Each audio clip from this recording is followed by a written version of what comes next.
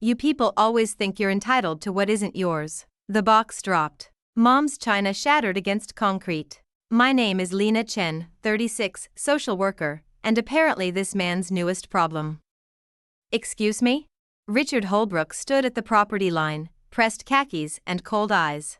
Don't act surprised. We know what happens when people like you move in. I crouched for the broken pieces. This was my mother's house. Grace Chen was different. Quiet.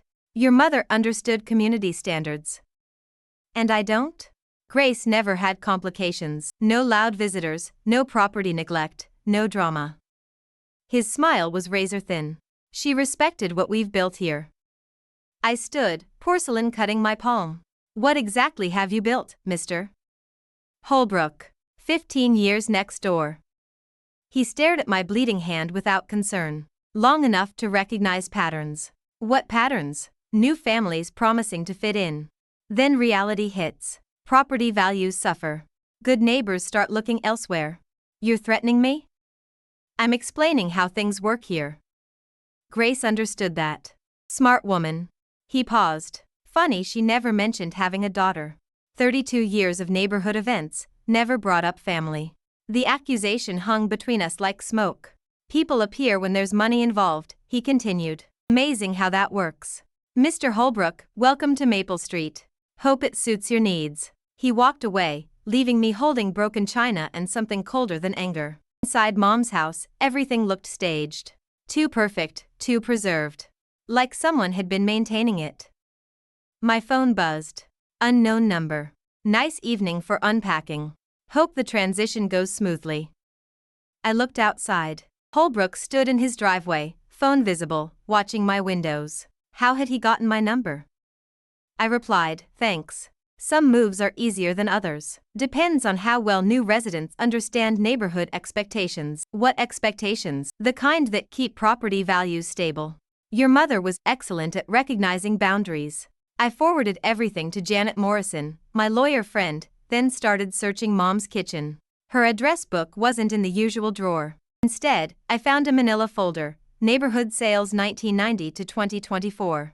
Property records for every house on the street. Sales data, purchase prices, dates. Pattern after pattern of elderly homeowners selling below market value to the same company, Community Property Solutions. Address, 43, Maple Street. Holbrook's house. My phone buzzed. Research is smart when making big decisions. Previous families found some neighborhoods require more adjustment than others. I Googled Community Property Solutions, professional website, glowing testimonials, compassionate senior transitions. But the Better Business Bureau showed 17 complaints. Elderly harassment. Pressure tactics. All complaints mysteriously withdrawn. I called the number listed. Community Property Solutions, Richard speaking. Richard. As in Holbrook. I hung up. The kitchen suddenly felt smaller. I walked to Mom's bedroom, searching for her jewelry box. Found the key taped inside, exactly where she'd always kept spare keys. It opened the locked filing cabinet. Bottom drawer, evidence for Lena. Bank records, forged signatures, correspondence showing systematic fraud against elderly residents. And a note in Mom's handwriting, Lena, they didn't kill Dorothy Walsh with violence. They killed her with paperwork. Stole her house, her money, her dignity. Same pattern for decades, target vulnerable elderly, pressure them to sell, profit from their fear. Dorothy died alone in state care while they flipped her house for double what they paid. I documented everything because someone has to stop them. The police won't listen to one old immigrant woman. But you know how to build cases that stick. This isn't about property disputes. This is about organized crime. Make them answer. Mom underneath. Photographs of forged documents, bank statements showing suspicious transfers, copies of harassment complaints filed by former neighbors, all withdrawn before investigation. The Washingtons, 1993. The Hernandezes, 1998.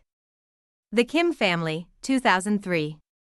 The Torres family, 2015. All families of color. All harassed until they left. All their properties eventually acquired by Community Property Solutions. Holbrook hadn't been hostile tonight. He'd been recruiting his next victim. My phone buzzed. Noticed your lights are on late. Long first day? Sometimes new residents find the adjustment period overwhelming. Previous families often decided other neighborhoods were more compatible with their lifestyle choices.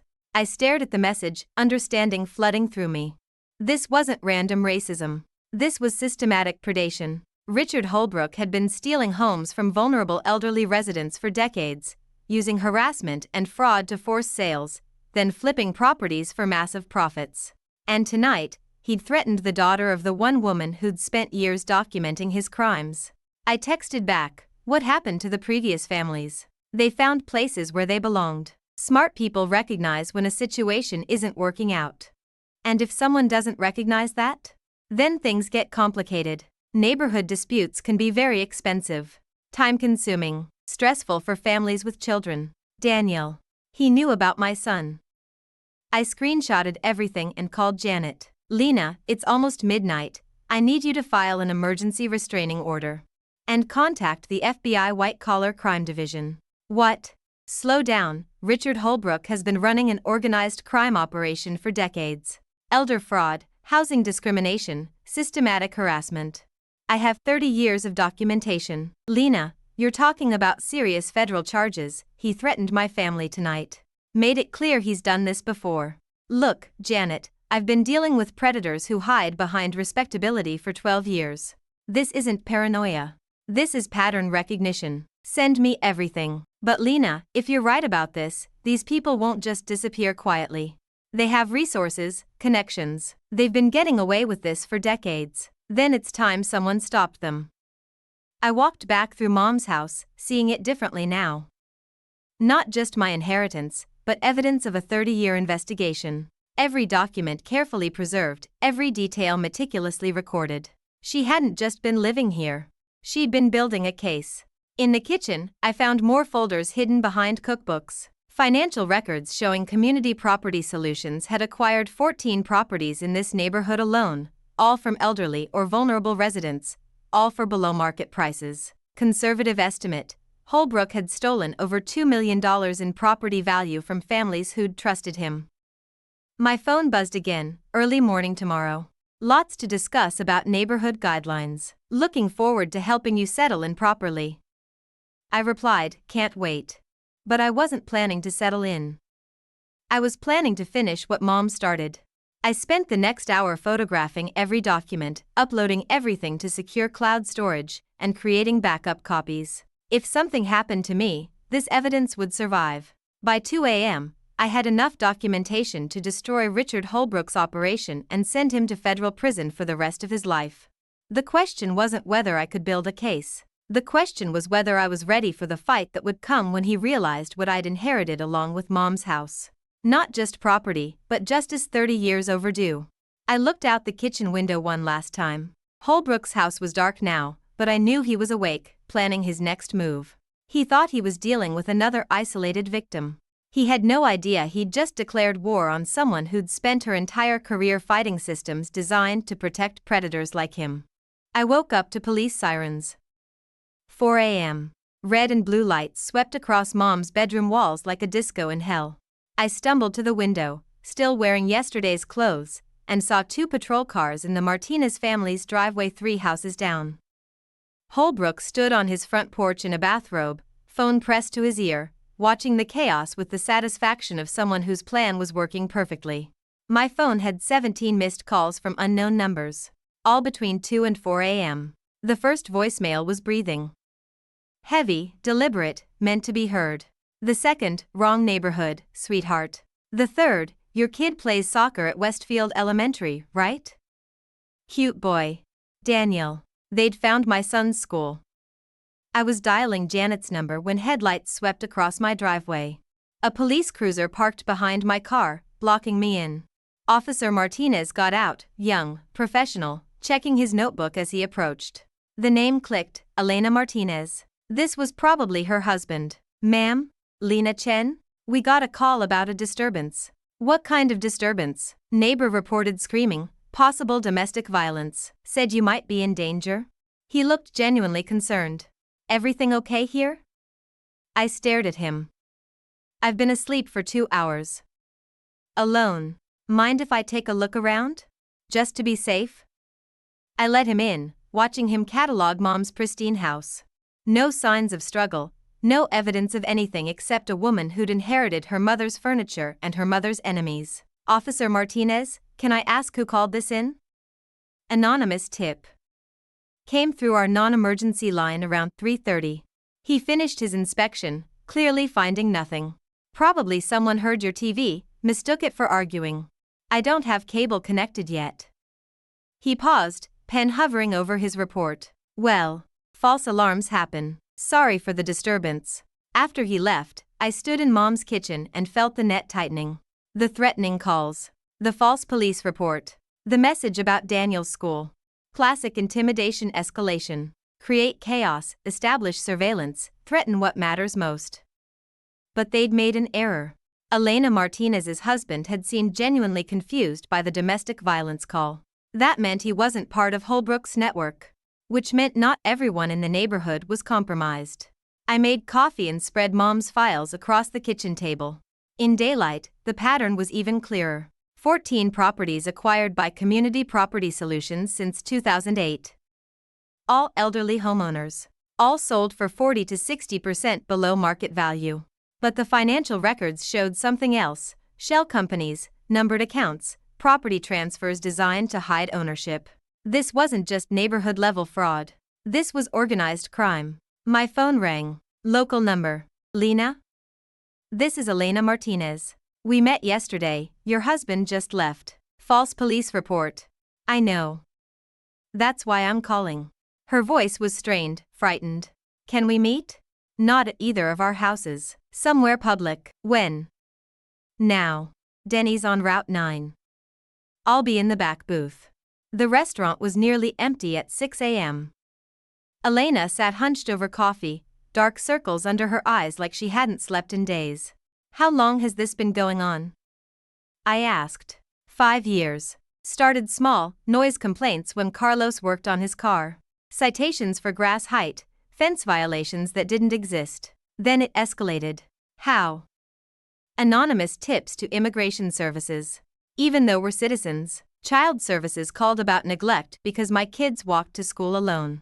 Health department cited us for unusual cooking odors, my grandmother's recipe for mole. She pulled out her phone, scrolled through photos, property citations, official letters, documentation of systematic harassment. They're trying to force you out.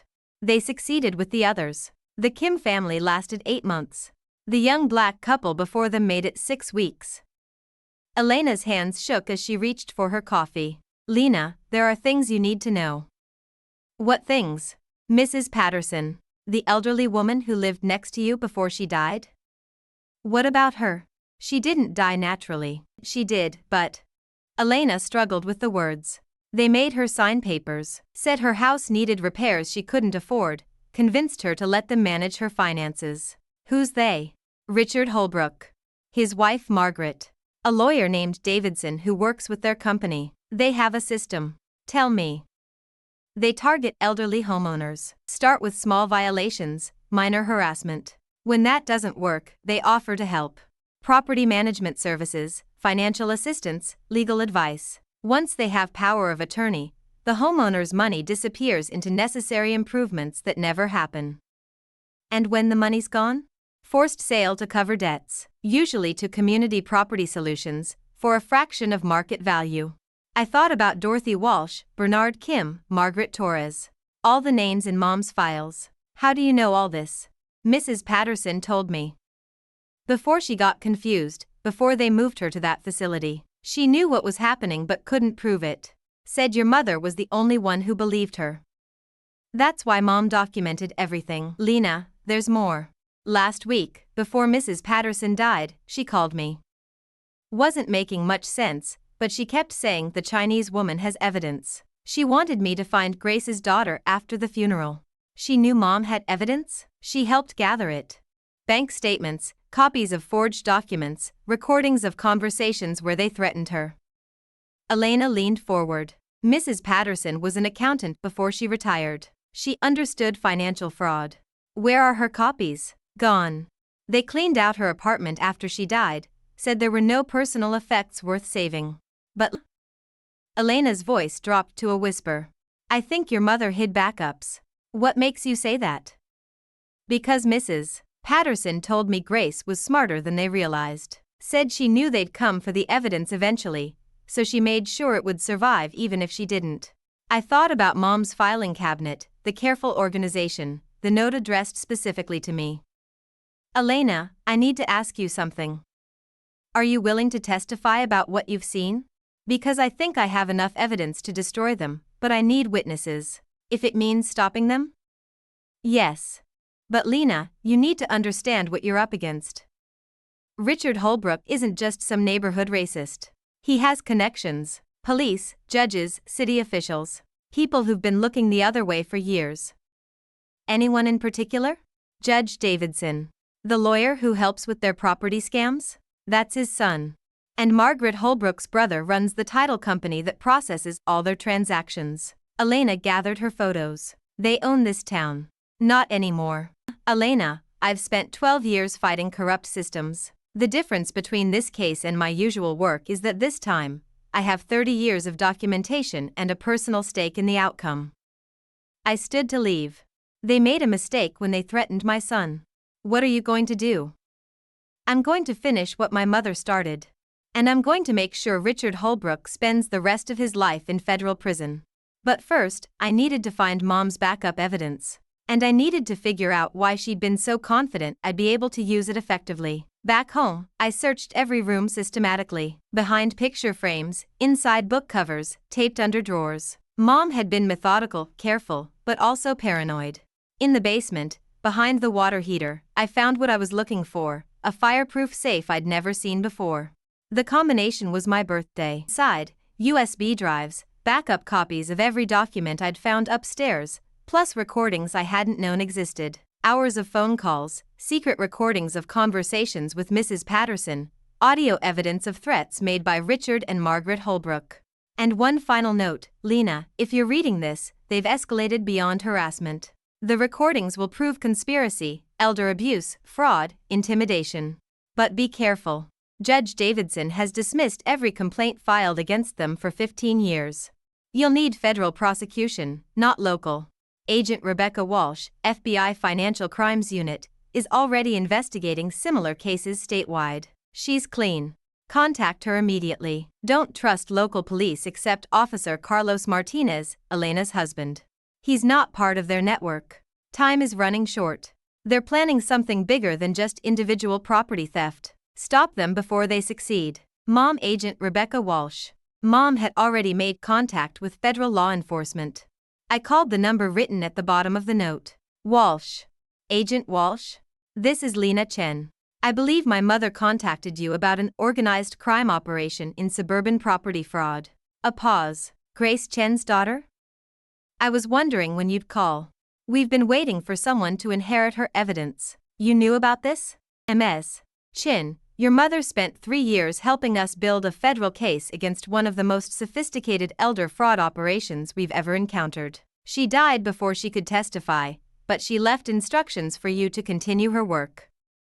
I'm ready. Good. Because Richard Holbrook just made a major mistake.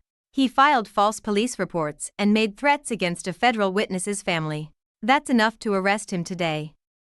You want me to testify? Ms. Chen, we want you to help us take down a criminal organization that's stolen over $15 million from elderly victims across 3 states. Agent Walsh's instructions were simple: don't contact them directly. Don't let them know you're building a federal case. Document everything and wait for our signal. I lasted exactly 18 hours. The breaking point came when Daniel called from school, crying. Mom, some man came to my soccer practice. He said he knew you. Said he had a message about being more careful about who I talked to. My blood went cold. What man? I don't know.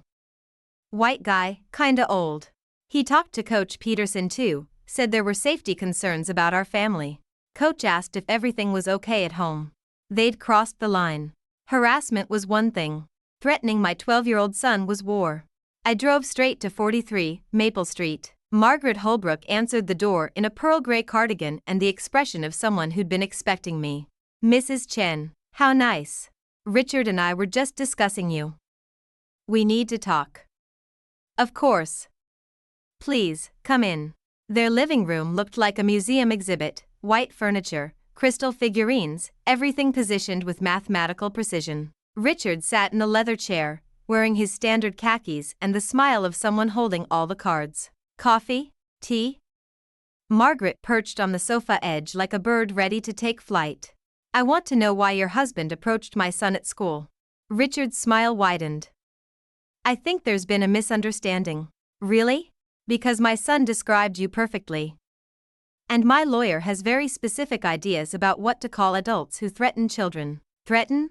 Margaret placed her hand over her heart in mock horror. Richard was simply being neighborly, introducing himself to families in the school community. By telling my son to be careful who he talks to? Children can be so imaginative, Richard said. Sometimes they misinterpret innocent conversations. I pulled out my phone and hit record. Let's be clear about what we're discussing. You approached my 12-year-old son without permission, at his school, and made statements that frightened him. I approached no one, Richard said carefully. I attended a public soccer practice at a public field. If your son feels threatened by community members showing interest in local activities, perhaps the issue isn't what was said but how it was interpreted. Perfect. He was denying it while admitting he'd been there. Mr. Holbrook, I think we have a larger communication problem. Yesterday you made it clear I'm not welcome in this neighborhood. Today someone matching your description frightened my child at school. I'm here to resolve this misunderstanding. What kind of resolution did you have in mind? Margaret asked. Simple. You stop the harassment and I don't file criminal complaints for stalking, intimidation, and child endangerment. They exchanged a look loaded with meaning. Miss Chen, Richard said slowly, I think you misunderstand the situation. This neighborhood has certain standards. Your mother respected those standards. She understood that sometimes families find other communities more suitable for their needs. What needs? Well, Margaret's voice dripped false sympathy. Single mothers with active children often find suburban communities challenging. So many rules, so many expectations. Urban areas tend to be more accommodating to diverse family situations. Diverse family situations. Code for people like you. Are you suggesting I move? We're suggesting, Richard said, that you consider what's best for your family. This neighborhood requires significant financial commitment. Property maintenance, community assessments, private school tuition for children who want to fit in properly. Private school tuition? The local public schools have become problematic. Most established families send their children to St. Margaret's Academy. $12,000 per year, but worth it for the right kind of education. They were laying out the financial barriers, making it clear that keeping Daniel here would be expensive and socially isolating. And if I choose to stay in the public school? Your choice, of course, Margaret said sweetly. Though we've found that children who don't integrate well often struggle socially. Isolation can be very difficult at Daniel's age. The threat was crystal clear. Pay for private school or watch your son be ostracized. I appreciate your concern for my son's education. But I'm curious about something else. I leaned forward. Community Property Solutions. Your company. Richard's expression didn't change, but his wife's hand tightened on her cardigan. What about it? You've acquired 14 properties in this neighborhood over the past 15 years. All from elderly homeowners, all for below market value. I'm wondering about your business model. We provide property management services for seniors facing housing challenges, Margaret said smoothly. It's a community service, really. Helping families transition through difficult times. Like Dorothy Walsh? Richard's smile finally faltered. Dorothy was a dear friend. We helped her find appropriate assisted living when she could no longer maintain her property. For $47,000 below market value? Market value is subjective. Dorothy needed a quick sale, and we provided a fair offer for a property that required significant repairs. What repairs? Extensive foundation work, electrical updates, roof replacement. The inspection report documented over $80,000 in necessary improvements. I'd love to see that inspection report. That would be confidential business information, Margaret said quickly. Of course. Just like Mrs. Patterson's financial records were confidential when you were managing her affairs. The temperature in the room dropped 10 degrees. Mrs. Patterson was a lovely woman who unfortunately developed dementia, Richard said carefully. We helped manage her finances during a difficult transition period. By transferring $127,000 from her savings to accounts controlled by Community Property Solutions? Dead silence. Miss Chen, Margaret's voice carried a warning. You seem to have some very specific ideas about our business practices. Ideas that could be considered defamatory if shared publicly. Only if they're false. Defamation lawsuits can be very expensive, Richard added. Particularly for single mothers with limited resources. Legal fees, court costs, lost wages from missed work. Very difficult to manage while raising a child alone. Another threat, dressed up as concern. Mr. Holbrook, are you threatening to sue me for asking questions about public property records? I'm explaining that certain conversations can have unintended consequences. Your mother understood that. She never made unfounded accusations or spread neighborhood gossip. My mother documented everything. The words slipped out before I could stop them. Richard leaned forward. Documented what? I'd shown my hand. Property values, neighborhood changes. She was very thorough. I'm sure she was. Grace was a careful woman. His smile returned, sharp as a blade. I hope her daughter is equally careful about protecting family interests. What does that mean? It means, Margaret said, standing to indicate the meeting was over, that some information is better kept private. For everyone's protection. I stood as well. I appreciate your time and your advice. I'll consider everything you've said very carefully. We hope you will, Richard said. The right decision benefits everyone involved. Outside, my hands shook as I stopped the recording. They'd made threats, admitted to being at Daniel's school, and essentially confessed to financial manipulation of elderly clients. But they'd also made it clear they knew Mom had evidence, and they were prepared to escalate beyond harassment if I pushed them. I drove to Daniel's school and signed him out early. Whatever game the Holbrooks were playing, my son wasn't going to be their leverage. Mom, what's wrong? Daniel asked as we got in the car. We're taking a little vacation. Going to stay with Aunt Janet for a few days while I handle some business. Is this about the weird man at soccer? Yeah, buddy. It's about the weird man. As we packed his bag, I called Agent Walsh. They threatened your son directly? And tried to intimidate me into silence. I have it recorded. Send me everything. We're moving up the timeline. How quickly can you get your son somewhere safe? He's coming with me to my lawyer's house in Portland. 2 hours away. Good. Because tomorrow morning, we're executing search warrants on Community Property Solutions, the Holbrook residence, and Judge Davidson's law office. What do you need from me? Your testimony about what happened today. And Miss Chen, your mother would be proud. You just gave us probable cause for conspiracy and witness intimidation. After I dropped Daniel at Janet's house, I drove back to Mom's house to pack my own bag. As I pulled into the driveway, I saw Richard Holbrook standing in his yard, watching me with undisguised hostility. He raised his phone and took a picture of my car, my license plate, me. Let him. By tomorrow morning, he'd be too busy dealing with federal agents to worry about surveillance photography. I gathered Mom's files, locked the house, and headed back to Portland. But first, I had one more call to make. Elena? It's Lena. You asked what I was going to do about the Holbrooks? Yes. Pack a bag. Tomorrow's going to be very interesting. The key had been wrapped in tissue paper inside Mom's jewelry box, next to the jade bracelet Dad had given her for their 10th anniversary. Small brass, with the kind of wear that comes from years of careful use. It fit perfectly into the lock of the bottom drawer I'd missed during my first search. Inside, I found a manila folder labeled Neighborhood History, Confidential, in Mom's careful handwriting. The first document was a newspaper clipping from 1993, Local Family Files Discrimination Complaint Against HOA. I recognized the address, the blue colonial 4 houses down, where the Martinezes lived now. But in 1993, it had belonged to the Washingtons, a black family with 2 young children who'd moved in that spring. According to the article, they'd been subjected to months of harassment disguised as neighborhood standards enforcement. Noise complaints filed every time their children played outside. Citations for excessive visitors when family came to dinner. Accusations that their vegetable garden violated community aesthetics guidelines. The case had been settled out of court. The Washingtons moved away 6 months later. The second clipping, from 1998, Mexican-American family wins settlement in housing discrimination case. The Hernandezes, who'd bought the house at the end of the cul-de-sac. They'd lasted 2 years before the campaign against them escalated to vandalism, paint stripped from their car, garden plants poisoned, threatening letters left in their mailbox. They'd won their case but moved to another state for a fresh start.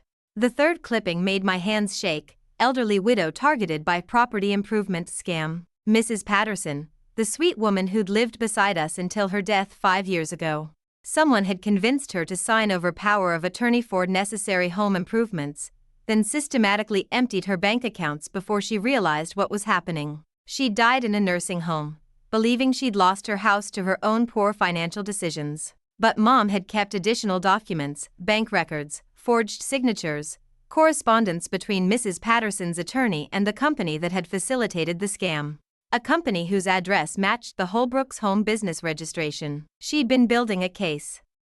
For 25 years, my mother had been documenting a pattern of systematic harassment designed to force out anyone who didn't fit the Holbrook's vision of appropriate neighbors. Families of color, recent immigrants, single women, anyone vulnerable enough to be pushed. The last folder contained recent photographs, images I recognized as Mom's careful documentation style, but focused on the Holbrook's property. Richard installing that 8-foot fence, 2 feet higher than code allowed. Their boat trailer parked permanently in the street, blocking sightlines and violating multiple city ordinances. Extension cords running from their garage across public sidewalk to power landscape lighting that stayed on all night. Every violation photographed, dated, documented. Evidence of the same people who'd spent decades harassing neighbors for standards violations, breaking those same standards whenever it suited them. But it was the handwritten note clipped to the final page that stopped my breath entirely. Lena, if you are reading this, I am gone and you have inherited more than just a house. You have inherited a responsibility. These people have poisoned this neighborhood for decades, driving away good families, stealing from vulnerable neighbors, using fear and intimidation to maintain their idea of control. The law failed Mrs. Patterson. The law failed the Washingtons and the Hernandezes. But maybe it won't fail you. You know how to fight systems that protect the wrong people. You know how to make evidence speak louder than prejudice. I could not stop them alone. But you are stronger than I was, smarter than they expect, and you have what they fear most, legitimacy they cannot question. Make them answer for what they have done. Make them face the consequences I was too old and too scared to demand. This is your inheritance, daughter. Use it well. Mom, I sat there in her bedroom, surrounded by 30 years of carefully gathered evidence, and felt something fundamental shift inside my chest. This wasn't about property lines or neighborhood disputes or even racism disguised as respectability politics. This was about justice. Delayed, patient, methodical justice that my mother had spent decades preparing and trusted me to deliver. The doorbell rang. I gathered the files quickly, locking them back in the drawer before heading downstairs. Through the front window, I could see a police officer on my porch, a young professional, holding a small notebook. Ma'am, I'm Officer Martinez with the city police. We've received a complaint about a potential property dispute. Mind if I ask you a few questions? I opened the door. Of course. What kind of complaint? Your neighbors report that you've been making threatening statements about property boundaries, and they're concerned about escalation. They said you became agitated during a conversation this morning and made some concerning claims about ownership. Threatening statements. I'd been making threatening statements. The audacity was breathtaking. Officer Martinez, I think there's been a misunderstanding. I showed them a property survey and asked for clarification about boundary lines. That's hardly threatening. He nodded, writing something down. Can you tell me about the survey? I retrieved it from the kitchen counter, watching his eyes scan the official county seal and date. This shows my property extends 3 feet further east than they claim. I was hoping we could resolve it amicably. And their response? They said the boundaries had been officially adjusted, but couldn't provide documentation. When I mentioned that county records showed no adjustments, they became defensive.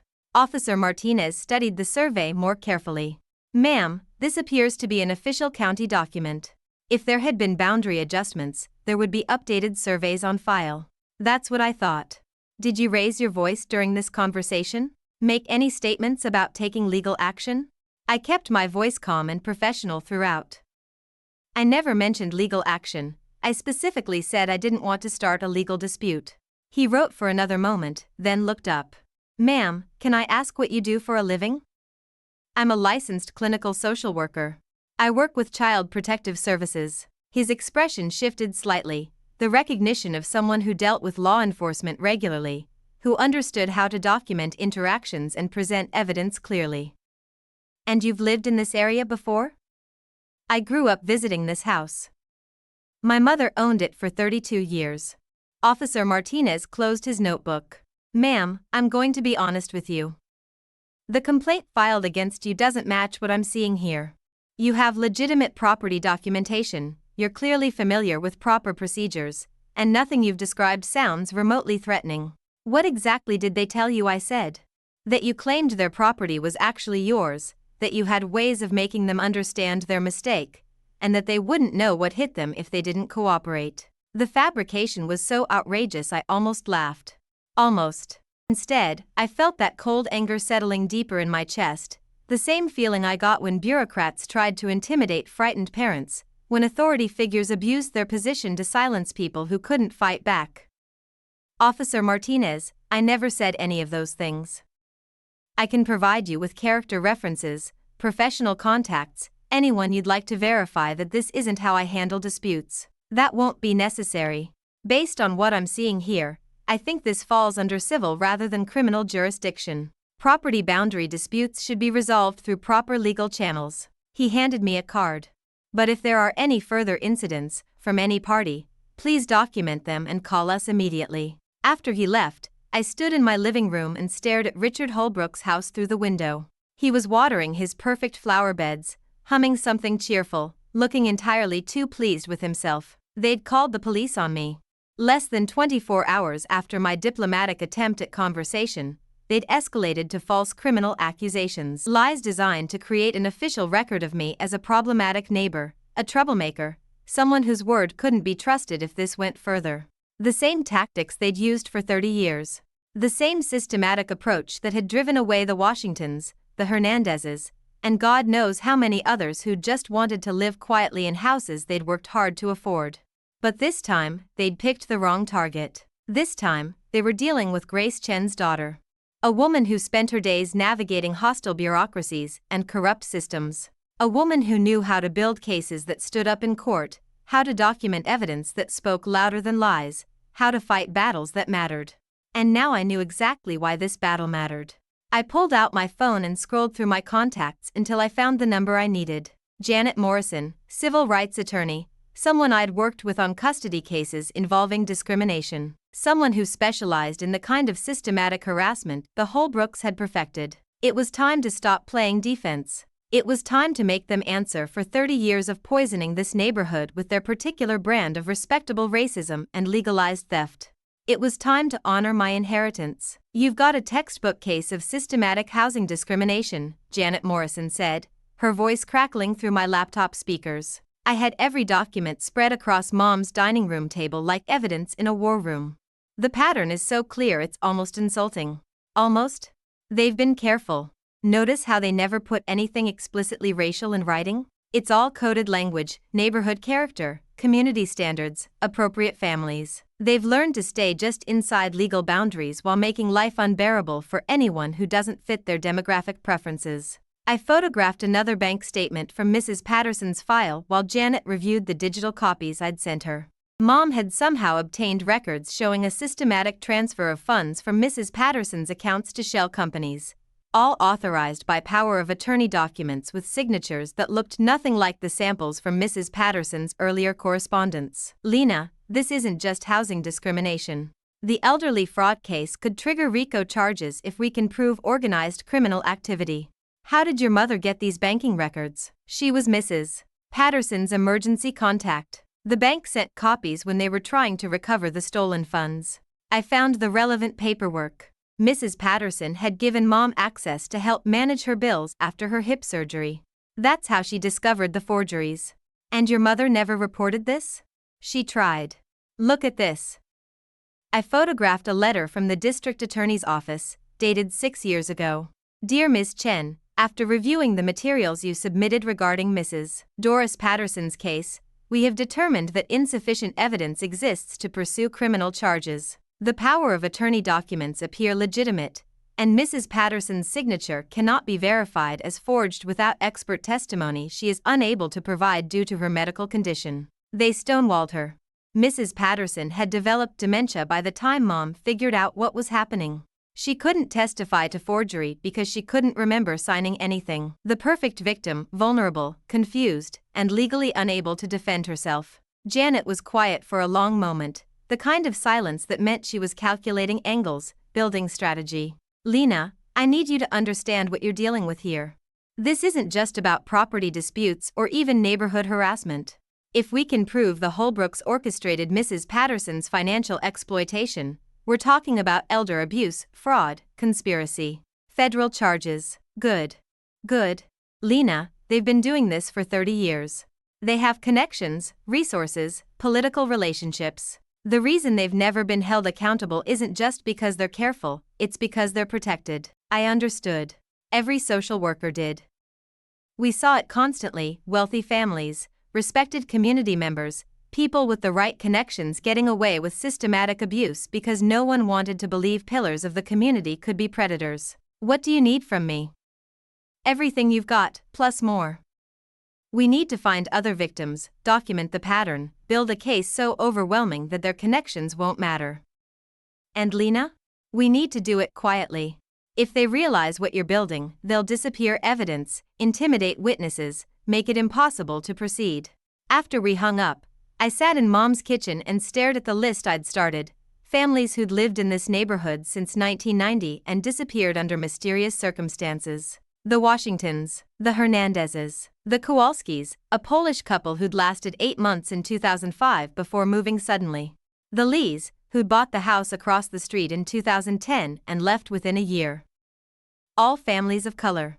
All harassed out systematically. All part of a pattern that stretched back decades. But tracking them down would take time I didn't have. The Holbrooks had already escalated to false police reports. They wouldn't wait long before trying something else. I needed current evidence, recent victims, people who could testify to ongoing harassment rather than decades-old discrimination. The Martinez family had lived here 5 years, longer than most of the Holbrooks' usual targets. That suggested either tolerance or resistance. Either they'd found a way to coexist, or they were still fighting. I knocked on their door just after 6 p.m., when the smell of dinner meant they'd be home but not yet settled for the evening. Elena Martinez answered, wiping her hands on a dish towel, her expression politely curious. I'm Lena Chen, I said. I just moved into Grace Chen's house. I was hoping I could ask you a few questions about the neighborhood. Her polite smile faltered. Questions about what? About your experience living here. Specifically with certain neighbors. She glanced over my shoulder toward the Holbrooks house, then stepped back slightly. I don't think that's a good idea. Mrs. Martinez, I found some documents in my mother's belongings. Documents about harassment, discrimination, financial crimes committed against elderly neighbors. I'm working with an attorney to build a case, and I think you might have information that could help. Fear flickered across her face, the kind of learned wariness that comes from years of being targeted. I can't. I'm sorry, but I can't get involved. What are you afraid of? She looked around again, checking windows, making sure no one was watching. Come inside. Quickly. Her living room was warm, comfortable, filled with the cheerful chaos of a family with teenagers. Photos covered every surface of quinceañeras, graduations, family vacations, normal life documented and celebrated. But Elena perched on the edge of her chair like she was ready to run. They've been watching us for 5 years, she said quietly. Every time we have family over, noise complaints. Every time the kids play music, citations. They've reported our cars as abandoned vehicles if we park them on the street for more than 2 days. They've called immigration services 3 times, even though we're citizens. Immigration services? Anonymous tips about possible undocumented workers at our address. ICE showed up twice before we could prove citizenship. The 3rd time, my husband had to take time off work, miss pay, to deal with it. She twisted the dish towel in her hands. They're trying to make us leave. We know it. But where would we go? This is our home. What about the police? Have you filed complaints? Elena's laugh was bitter. About what? Noise complaints are legal. Anonymous immigration tips aren't traceable. Property maintenance citations go through city services, not police. Everything they do is technically legitimate, just constant. Exhausting. Expensive. The same pattern Mom had documented with other families, refined over 30 years into a systematic campaign of legal harassment. Nothing actionable individually, but devastating collectively. Mrs. Martinez, what if I told you we could stop them? Not just for your family, but for everyone? What if we could prove they've been doing this deliberately, systematically, for decades? Hope flickered in her eyes, quickly suppressed. You can't prove intent. They're too smart for that. My mother kept records, 30 years of documentation. And I think there's more evidence in city files, HOA records, places they didn't think anyone was looking. Would you be willing to testify about your experiences if we could build a case? She was quiet for a long moment, staring at a family photo, her kids at last year's graduation, proud and hopeful, believing in futures that people like the Holbrooks wanted to limit. My daughter Sophia wants to be a civil rights lawyer, she said finally. She writes essays about fighting injustice, standing up for people who can't protect themselves. How can I teach her to be brave if I'm too scared to be brave myself? Is that a yes? That's a yes. But Mrs. Chen, Lena, you need to understand. If this goes wrong, if we lose, they'll make our lives hell. Worse than hell. They'll drive us out, destroy us financially, ruin our reputations. Are you prepared for that level of retaliation? I thought about Mom's note. Make them answer for what they have done. I thought about Mrs. Patterson dying broke and confused in a nursing home. I thought about Daniel visiting this house, growing up here, and what kind of world I wanted to leave him. Mrs. Martinez, they've been retaliating against innocent families for 30 years. Someone has to stop them. Someone has to say enough. And you think you're strong enough to be that someone? I gathered my purse, preparing to leave. Outside, I could see Richard Holbrook trimming his hedges, humming that same cheerful tune, looking like a man without a care in the world. A man who'd never faced consequences for the systematic cruelty he'd inflicted on neighbors who'd done nothing but exist in spaces he'd decided belonged to him. I think my mother spent 30 years building a case because she believed her daughter was strong enough to finish it, I said. I guess we're about to find out if she was right. Elena walked me to the door, her decision made. When you're ready to file whatever you're going to file, call me. Sophia should see her mother fight for something that matters. The Homeowners Association meeting was held in the community center basement, fluorescent lights buzzing over folding chairs arranged in neat rows. 23 residents had shown up for the monthly gathering, double the usual attendance, according to the secretary who seemed surprised by the turnout. I'd sent a single email to the HOA president 3 days earlier, request to add agenda item, property rights and community standards documentation. We'll be presenting evidence regarding ongoing neighborhood issues that require board attention. Professional. Vague. Nothing that would tip off the Holbrooks about what was coming. They sat in the front row, Richard in his standard khakis and golf shirt, Mrs. Holbrook in another cardigan, this one pearl gray that matched her rigid posture. They looked confident, settled, like people accustomed to controlling every aspect of these meetings. I sat in the back with a banker's box full of files and my laptop ready to project documents. Elena Martinez had come, sitting 3 rows ahead with her husband Carlos. I spotted 2 other families I'd contacted over the past week. The Kowalskis had moved back to Poland, but the Hernandezes had agreed to participate by video call.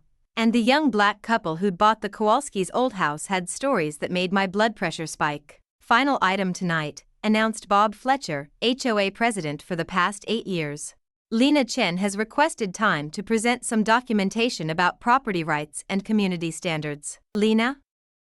I stood, pulling my laptop from its case with the calm deliberation of someone who'd presented evidence in hostile environments before.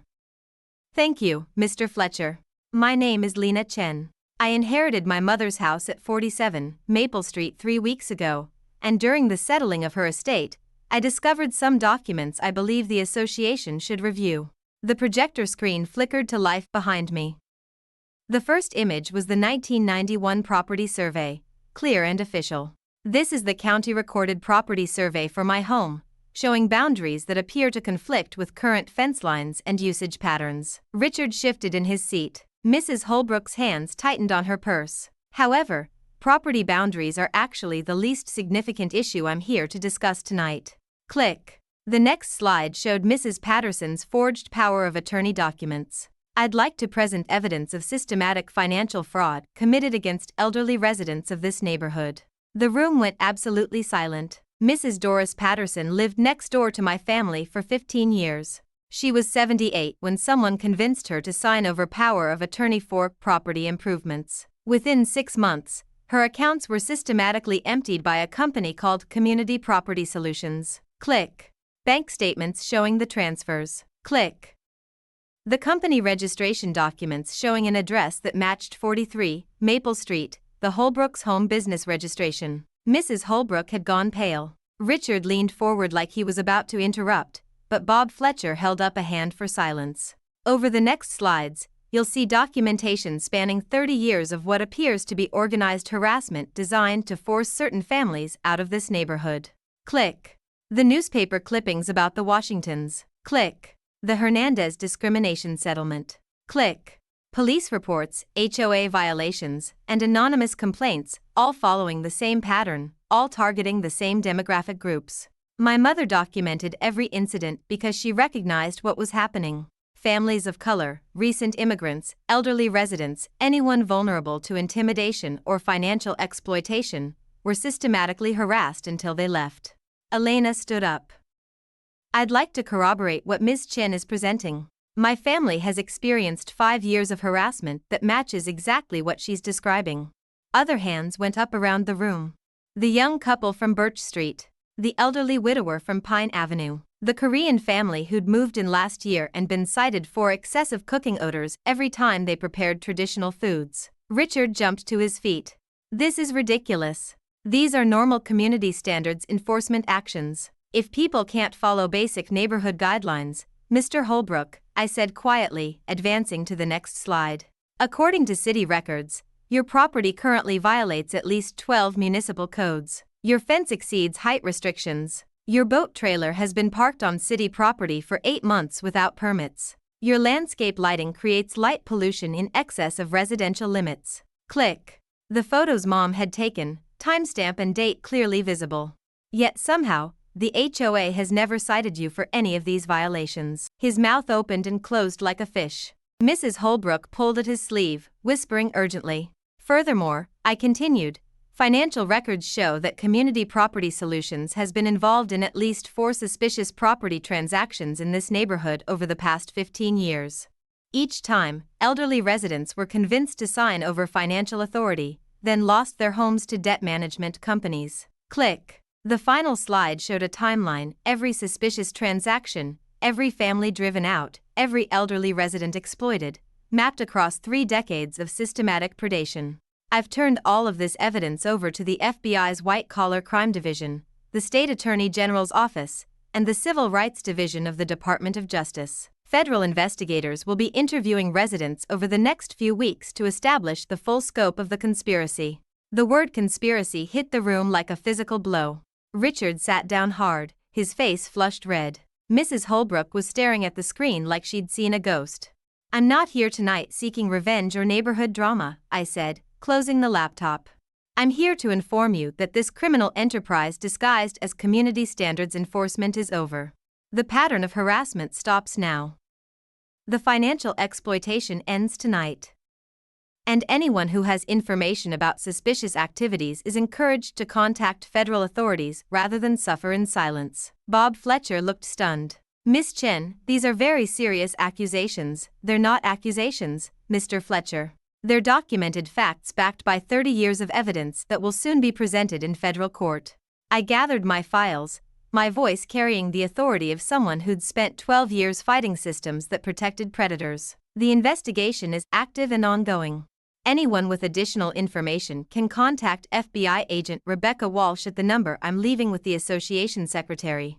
As I packed up, Richard Holbrook stood slowly, his careful composure finally cracking. You have no idea what you're dealing with, he said, his voice shaking with rage. No idea who you're messing with. Actually, Mr. Holbrook, I know exactly what I'm dealing with. I met his eyes directly, letting him see the cold certainty there. I'm dealing with two aging criminals who thought they could steal and intimidate their way through life without consequences. I'm dealing with people who preyed on vulnerable neighbors for decades because no one was strong enough or smart enough to stop them. The room was watching like they were witnessing a car accident. Mrs. Holbrook tugged more insistently at her husband's arm. But here's what you don't know about me, I continued, slinging my laptop bag over my shoulder. I'm a licensed clinical social worker who spent the last 12 years fighting corrupt systems that hurt innocent people. I know how to build cases that stick. I know how to present evidence that stands up in federal court.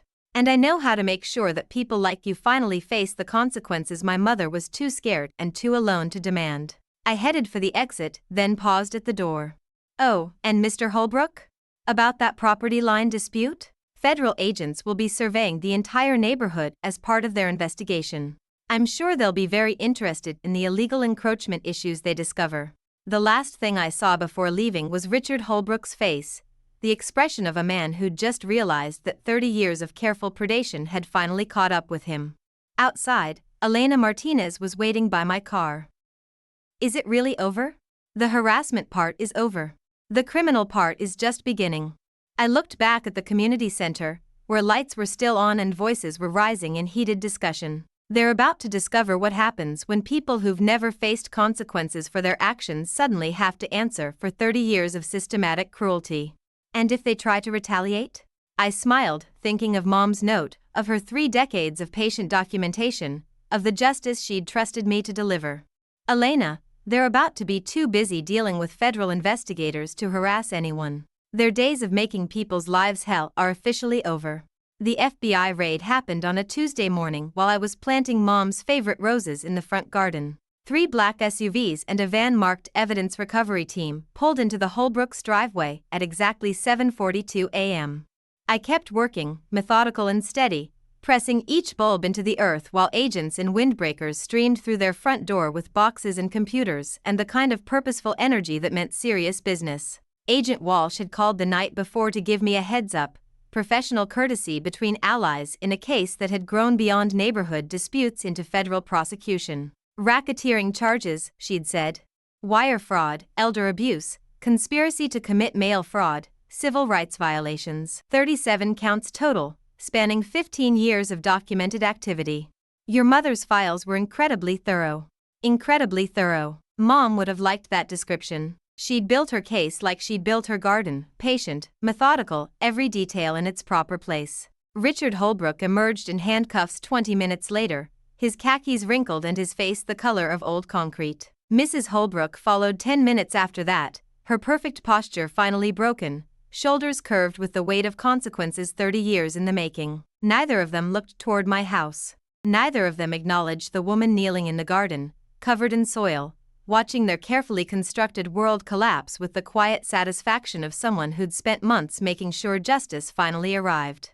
The news vans showed up by noon. Channel 7 led with federal agents arrest suburban couple in multi-million-dollar fraud scheme. Channel 12 went with neighbors exposed decades-long harassment campaign. The morning paper would run a front-page story about the paper trail that brought down a criminal enterprise. But I didn't watch the coverage. Instead, I spent the afternoon in Mom's kitchen, going through the last box of her belongings, the one I'd been avoiding because it contained her final letters, the cards she'd been writing but never sent. Dear Lena, the first one began.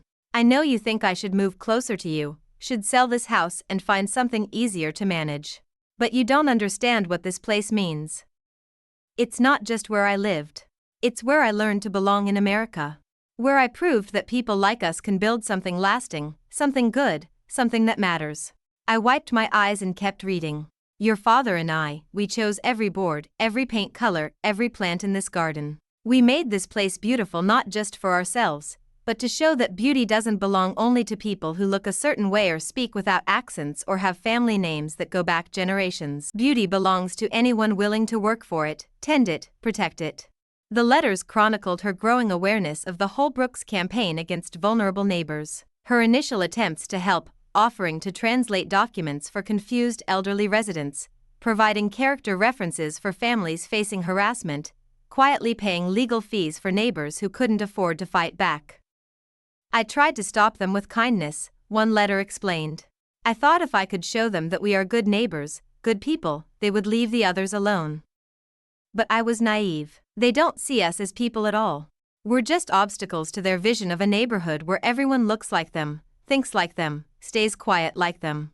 The final letter was dated a week before she died.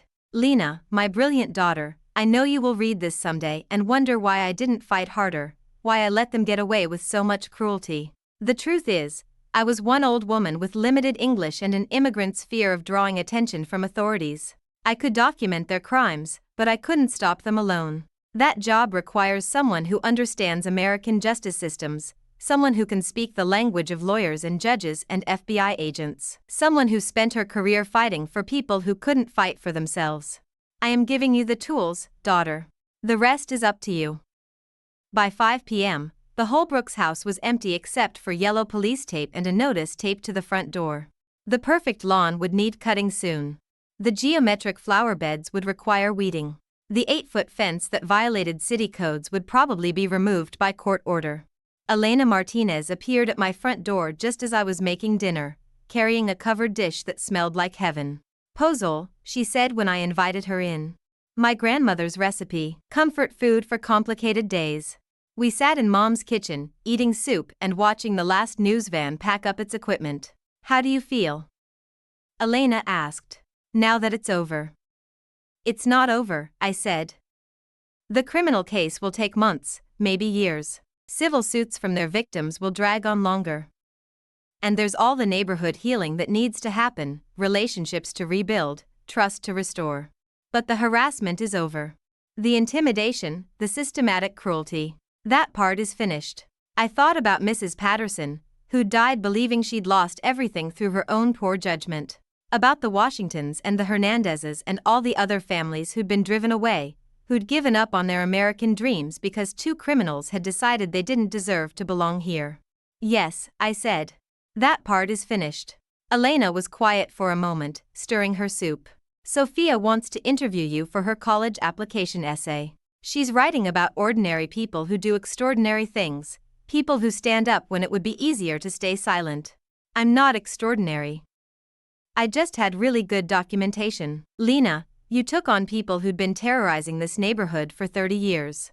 People with connections, resources, political protection. You could have sold the house, moved away, chosen the easy path. Instead, you honored your mother's legacy and made sure justice finally happened. That's extraordinary. After Elena left, I stood in Mom's garden as the sun set behind the magnolia tree. The roses I'd planted that morning were already settling into the soil, roots reaching deep, preparing to bloom in spaces where they belonged. My phone buzzed with a text from Daniel. Mom, I saw the news. You're like a superhero.